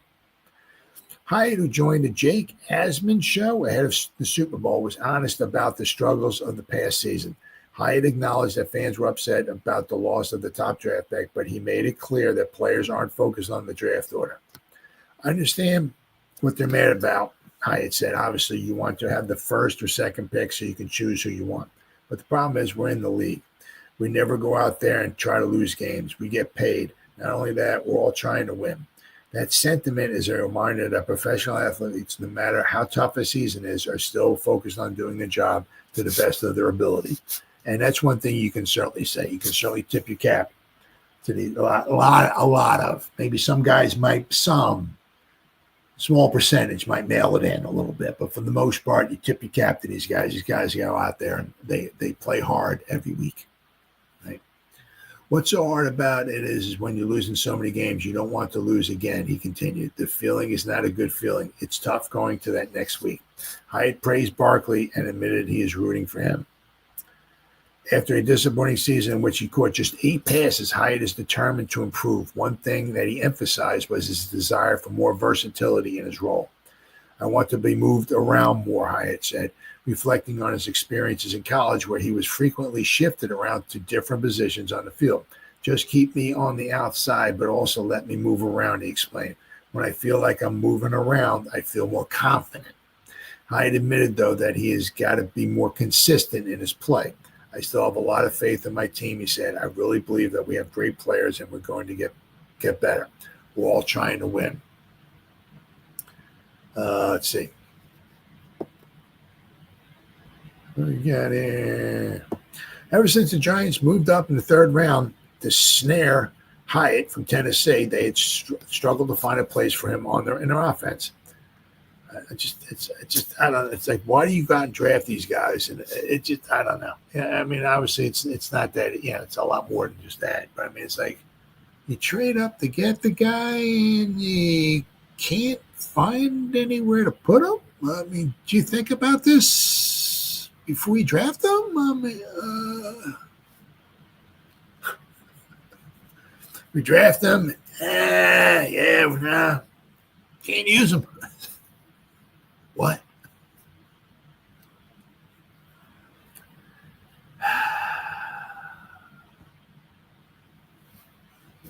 Hyatt, despite dressing for 33 of the Giants' 34 games the past 2 years, has only caught 31 of 59 targets for 435 yards and no touchdowns. This is from a player who once scored 5 touchdowns in a college game against Alabama. Hyatt's production waned in 2024 after the Giants added Malik Nabers in the first round of the draft. Hyatt started just 3 games, catching a measly 8 passes for 62 yards while playing on 20.7% of the offensive snaps. Hyatt was the subject of trade rumors during the season, but both he and the Giants denied those reports. This offseason, Hyatt is talking about what he can do to fit in with the Giants. In a recent interview, Hyatt suggested the Giants use him like he was used in college. I want to be moved around. Just keep me on the outside, but also let me move around. So, I mean, that's huge too, right? The confidence is huge. Hyatt believes he has to be more consistent in his play, a contention held by many of his critics.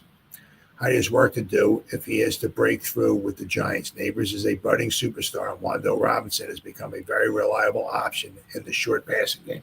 Giants may also be interested in bringing back Darius Slayton back in free agency if the price is right. Well, I mean, I don't think the price is right. Hopefully Darius goes out there and gets what he's deserved, because he's hung around this organization taking minimal amount of money. The past 2 years he's been at like a little over $6 million. I think PFF has Slayton with I forgot what it was, but it was well over $10 million a year. $10 to $15 million a year he might get from a team. That's according to PFF. That's what they're coming up with, right? But it's going to be a lot more than the $6 million the Giants are for 6.25, whatever the Giants are paying in the past 2 years. So wherever he goes, I hope he gets a truckload of money, right? Quality, good teammate and all that and everything. The thing is just that you get them. As long as Wandale and Malik are healthy, as long as they're healthy, they're going to get a good lion's share, right, of the targets. Now, so we can't forget too, right, is that Theo Johnson was getting his targets and his receptions were going up. Unfortunately, he had caught 4 or 5 balls one game. I think he had 29 receptions.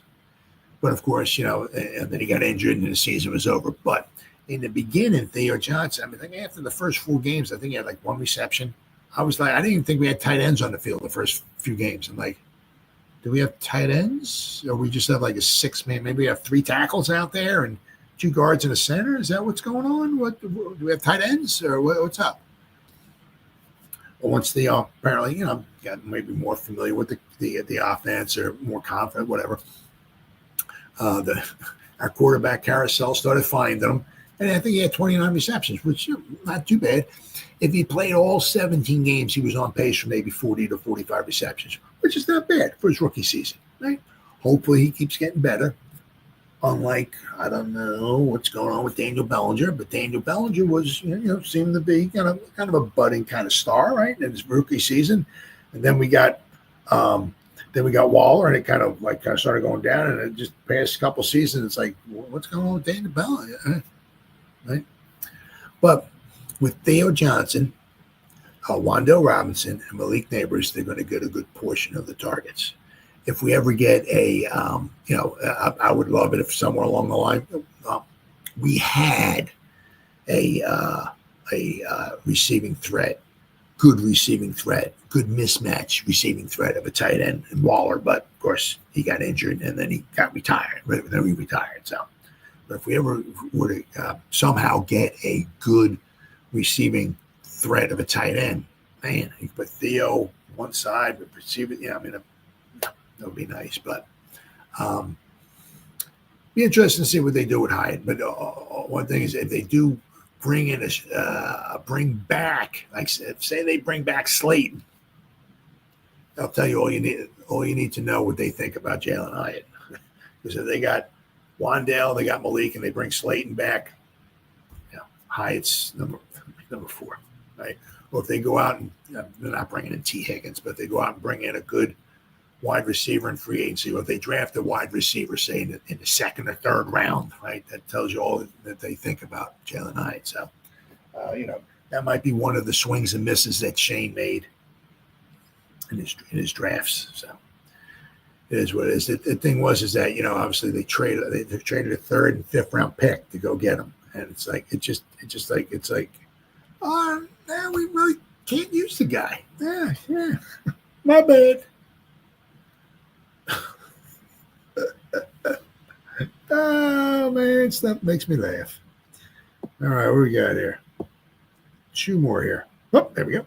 2 more. All right.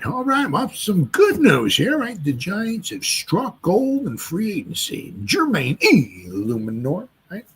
His article here. Now he's 30, right?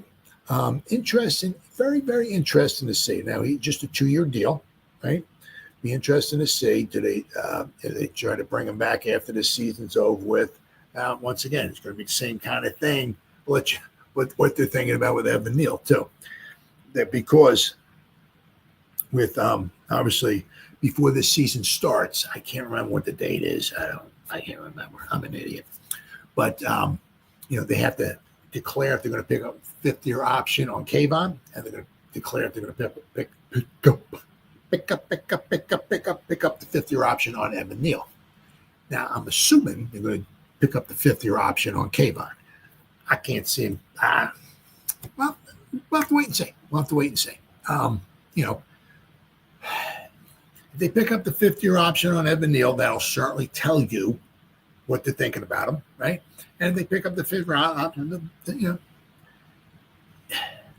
it'll certainly be cheaper than obviously if they offer him a contract, right? So we'll have to wait and see.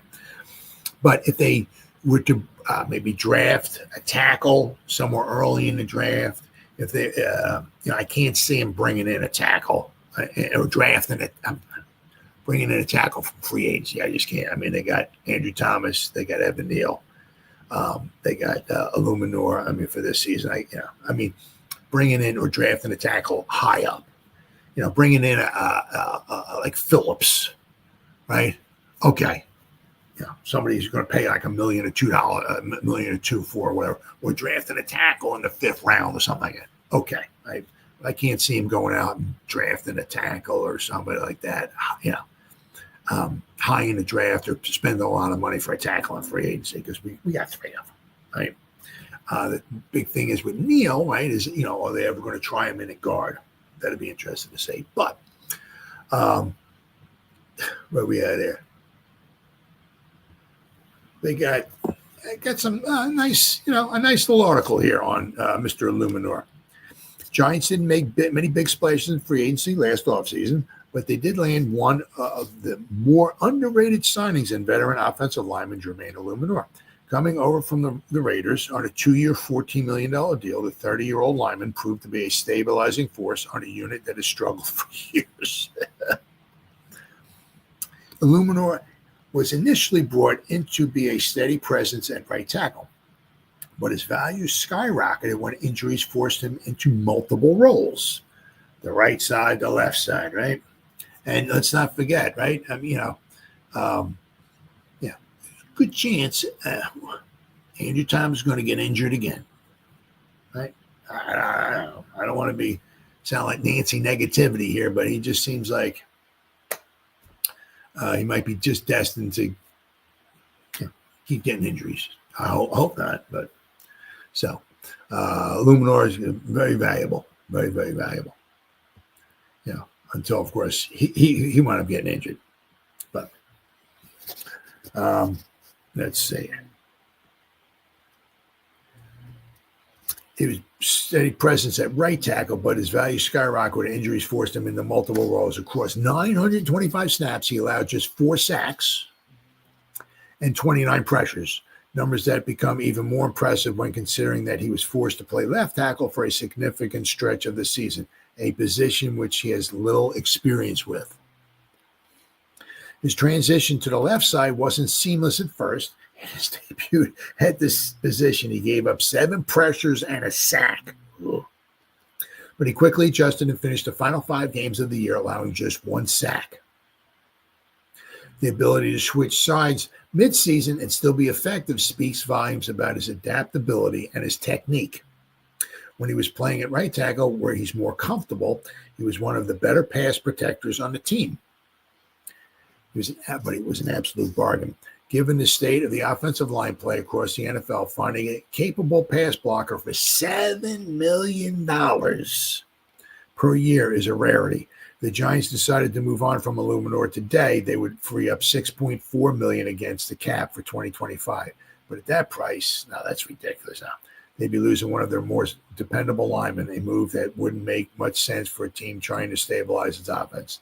No, it wouldn't. That would be just crazy. That would just stone cold crazy, let me tell you. In fact, extending him beyond his current deal would be a more logical step. Now, that's, if you can stay healthy, guys play tackles into their 30s, right? Why not add another year onto him, right? If the worst comes to worst, he can be a swing tackle, right? Illumina's value goes beyond just his performance on the field. He's been a respected leader in the locker room, bringing a level of professionalism and accountability that the Giants desperately needed. A key piece of the future, with the Giants expected to bring in a new quarterback, whether it's through the draft or free agency, or both, right? Maintaining continuity along the offensive line is crucial, right? Let's not forget, right? The Cyber deal, O'Hara, Snee, McKenzie, all those games those guys played in a row. Protecting a young signal caller requires experience and stability, and Illuminor provides both. The Giants have had a revolving door at right tackle for years, but they may have finally found a solution. Letting him go would be a mistake, and if anything, the Giants should be looking at ways to keep him around beyond 2025. Absolutely. I mean, the Giants have money, right? Especially next season. In 2026, they got well over $100 million. Obviously, they don't have a quarterback.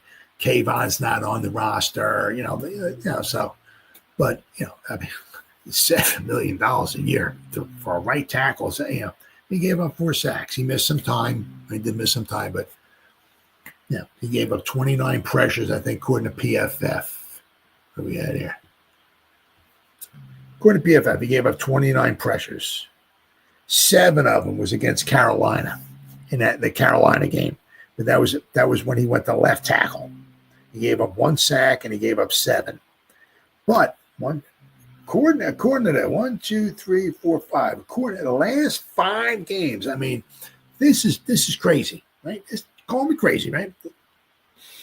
Okay, the last 5 games he played in, okay? Tampa Bay, Baltimore, Atlanta, the Colts, and the Eagles. That Eagles, didn't have their starters in there. But last 5 games, he played a left tackle where he's not familiar. According to PFF, 1, 2, he gave up 2 pressures. 2 pressures. He gave up 1 sack. 2 pressures his last 5 games at left tackle. Holy cow. Andrew Thomas couldn't even say that. Andrew Thomas can't even say that. I mean, he was giving up a lot of pressures at right tackle. He only had 1 game against the Seahawks where he gave up no pressures at right tackle. Every other game at right tackle, he gave up a pressure. So, his pass block grade was a 71, playing at right tackle and left tackle. His overall grade was a 63. You're only paying the guy $7 million a year. He gave up 4 sacks. I mean, once again, right? If you think about that, right? He gave up 4 sacks all season long, right? Now, of course, he missed some time, right? A little bit of time, not too much, but 4 sacks, right? Think about it, right? You got 5 positions on the offensive line. Each guy gave up just 4 sacks. That's the offensive line. gave up 20 sacks all season long. That's pretty impressive. So, I mean, for $7 million, and the guy wants to be here. I mean, he was like tickled pink. I can't remember what it was. I think he saw the game 2007, the Giants and the Dolphins, the one overseas, where the Giants won, was it 10-7? It was a snoozer, real snoozer. That's when Eli Manning had his longest touchdown run, or his longest run of his career, or whatever. He ran in for the touchdown. But he saw that game on TV, and he saw the Giants, and he was just how cool. Yeah. He was just so impressed, or whatever it was, with the Giants. He always wanted to be a Giant, and he was really, really pumped up and all about coming here. So I'll tell you what, man, why keep the guy around? I mean, $7 million a year for a right tackle. No, so I mean, the Giant. They're talking about John Runyon Jr. being a horrible free agent that the Giants signed. Well, the guy played with a separated shoulder. I mean, that's gonna kind of hinder your blocking a little bit when you got one of your shoulders are separated, right? He's kind of hoping it heals up. He won't need surgery on it, right? So he did get surgery, right? He also got surgery, but he's kind of hoping that he can rest up. And John Runyon Jr. his separated shoulder that he got, I think it was in training camp, right? Will heal up in the offseason, and he doesn't need surgery. So, I mean, people say John Runyon Jr. was maybe a bad free, he's only $10 million, right? And, could have his numbers been better? Yeah, let's see what he does this season. Second season, hopefully with the same offense. He'll be next to Andrew Thomas, right? John Michael Schmitz will be right in the middle of those guys, right? Hopefully he'll be healed up. Hopefully he won't get a separated shoulder.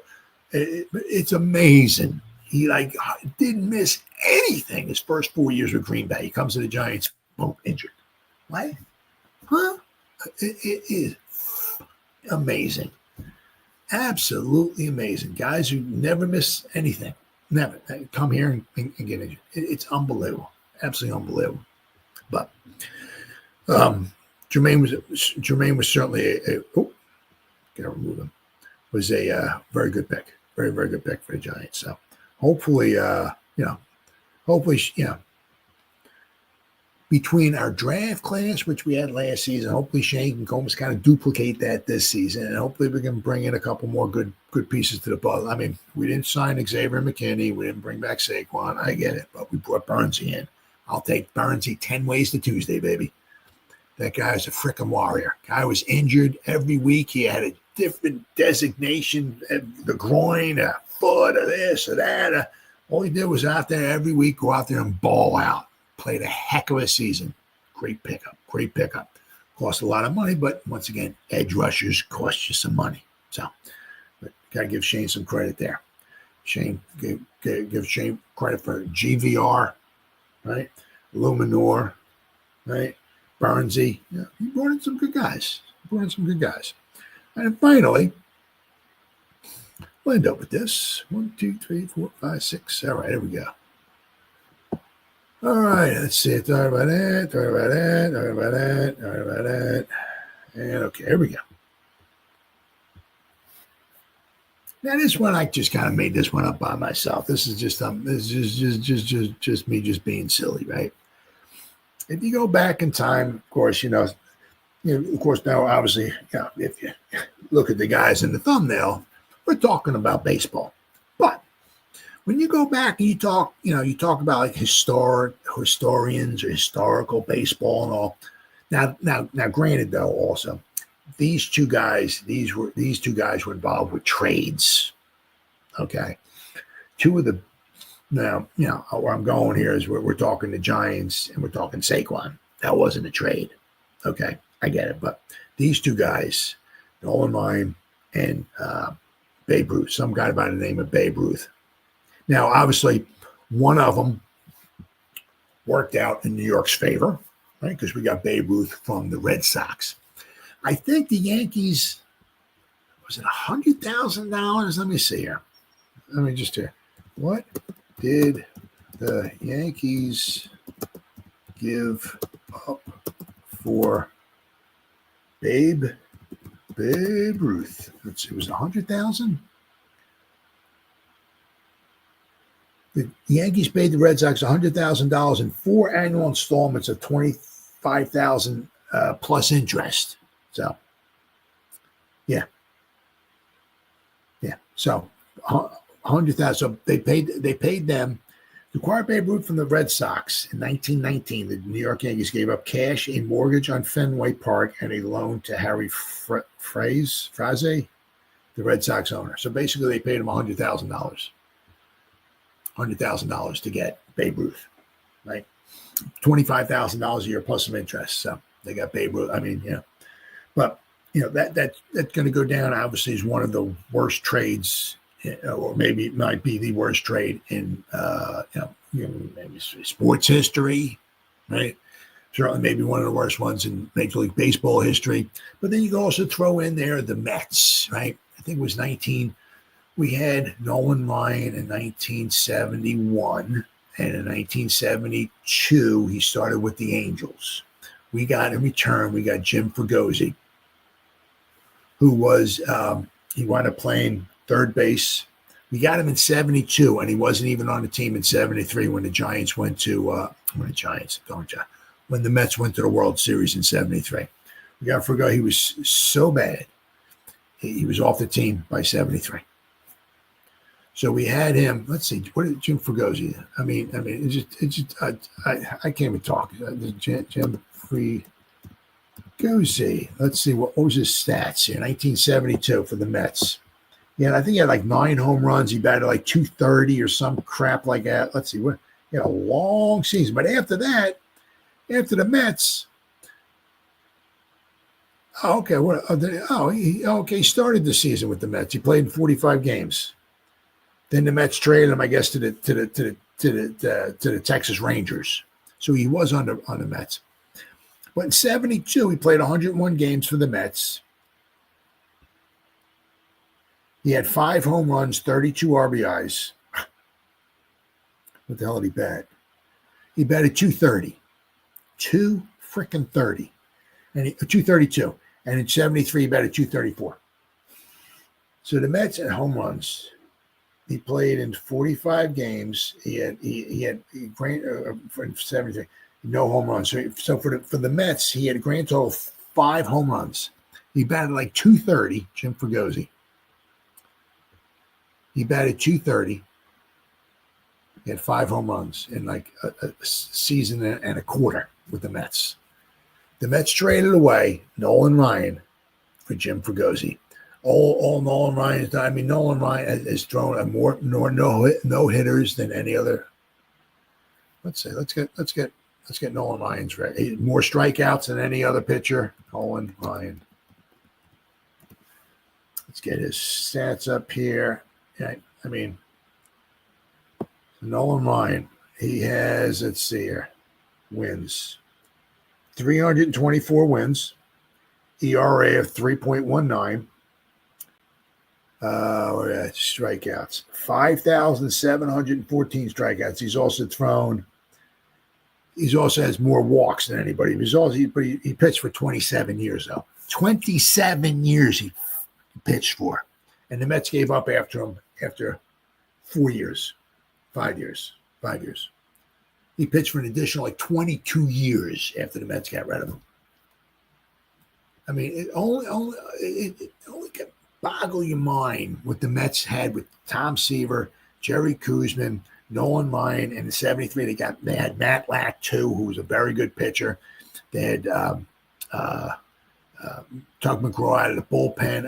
I mean, could you imagine if they had Matt Lack, Koosman, Seaver, and Ryan? I mean, they don't need much offense with that, but they traded Nolan Ryan away to get Fregosi to get some offense, and that's the last thing Fregosi get. I mean, he batted 230. The Mets traded away Nolan Ryan for absolute nothing. Absolute nothing. One of the, I'm saying between the Babe Ruth and the Nolan Ryan, probably like the 2 worst trades in Major League Baseball history. And obviously, you could certainly throw those up in maybe history period of any sports. period, right? Now, what I'm getting to here is, right, being haunted, right? The Giants, meaning like, because thankfully, after we got one game left in this season, so thankfully, this season will be over with. Thank goodness, right? Giants with their record, how bad they've been, and all that stuff. Just absolute, total freaking embarrassment. Absolutely total freaking embarrassment. But with the success of Saquon, right, it makes it even that much worse. Now, the Giants, I'm saying, like, the Giants, now, once again, the Giants, they tried to sign him. They offered him a couple contracts. He turned them down. So it wasn't like the Giants. I mean, in Hard Knocks, they came up with a number and they said, no, we're out. But before that, a year or so before that, they offered him a couple contracts and he turned them down. So the Giants did try to re-sign Saquon. He just said no, right? But because they Hard Knocks, you heard Shane on the phone with Saquon's agent, right? And he came up with whatever the numbers were, and Shane's like, "Nah, we're out. We're out now. Sorry." So now the success Saquon's had, now he's never going to have that success with the Giants because the Giants don't have their offensive line. They don't have 2 number 1 wide receivers, and all this stuff and everything, right? But he would have had a decent year, obviously, with the Giants if he could have stayed healthy, right? But my point is like by maybe not. I mean, they only missed out on like $1 or $2 million in maybe guaranteed money. I mean,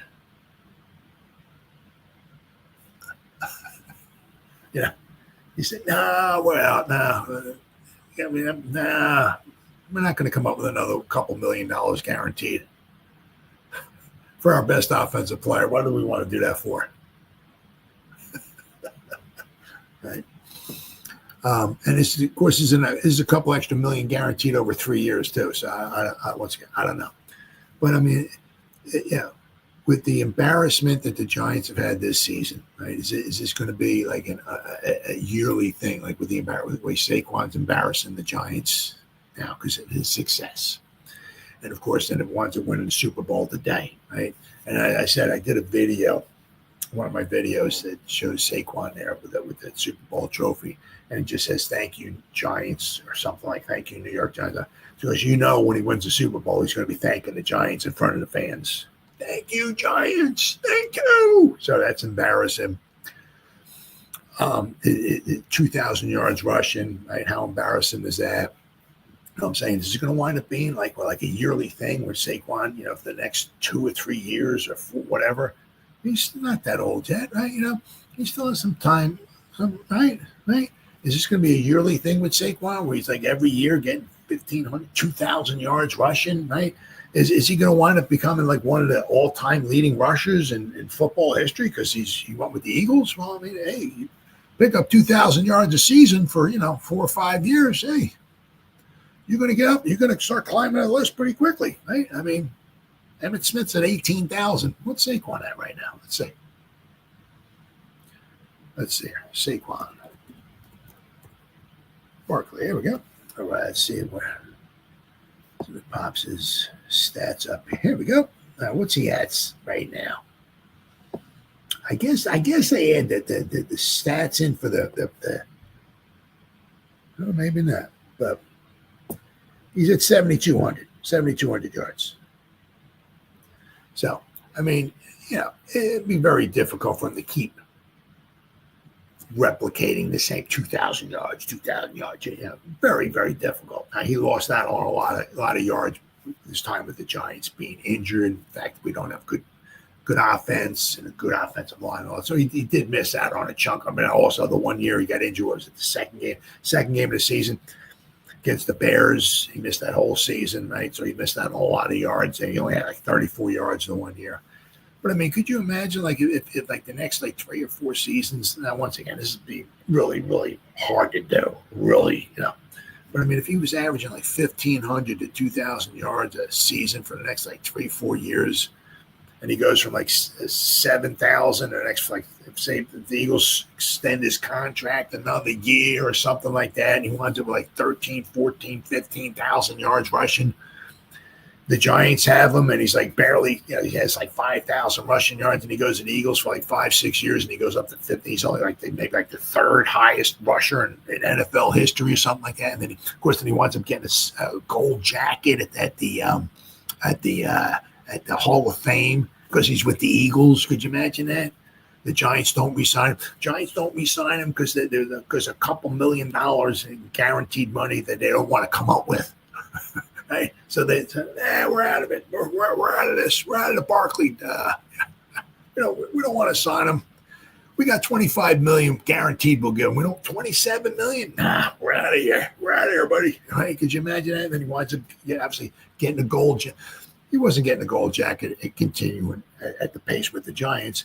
But now if he goes to the Eagles, right, and he keeps winning Super Bowls, he wins like 2-3 Super Bowls with that. Thank you, Giants. Thank you, Giants, right? And then he goes into the Hall of Fame, gets a jacket, a bust. He goes in as an Eagle into the Hall of Fame.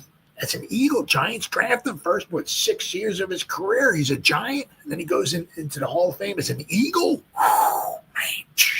Big slap in the face. Man, wouldn't that be like one of the worst, stupid, idiotic things of all time? I mean, not kind of, but, I mean, the Babe Ruth and the Noah Ryan, though, that's absolute legendary. That's stupid, idiotic. I mean, horrible. But, whoa, Benny G, man. What's up, brother? Yeah, man, I'm at what? 1 hour and 51. I'm on my last story here. Good to see you, though, brother. But, I mean, could you see him? Right, if he keeps churning out like 1,500-yard seasons, right, he winds up with like, let's remember, Tiki did not get in there, but Tiki's at like 10-5, I think it is. Tiki's got around like 15,000 all-purpose yards, 10-5. Well, I mean, if Saquon winds up, he's at 7,200, so if say he gets 1,500 this next year and 1,500 in his third year with the Eagle, he'll be over 10. Yeah, as long as he's not injured or not like that, be around for a couple more seasons. Say the Eagles pick up another couple years on him, pick up another 2 years. Say he gets another couple. Say he gets like 12 or 13, 14,000 yards rushing.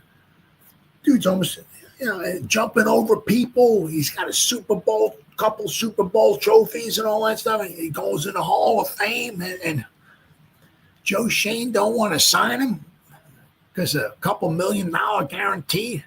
Oh, man, we're out. You heard that?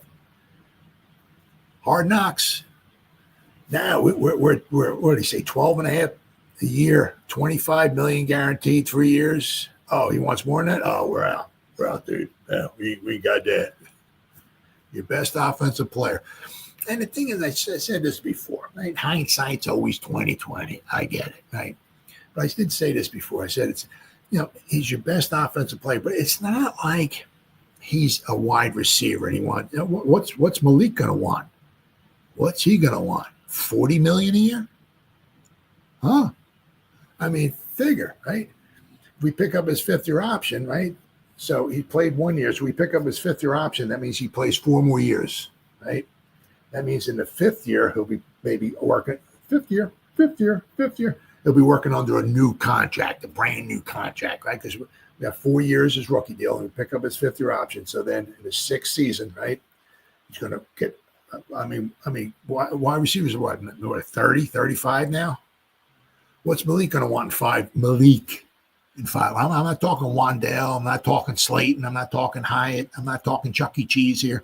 I'm talking Malik. What's he going to want in 5 years from now? $40 million?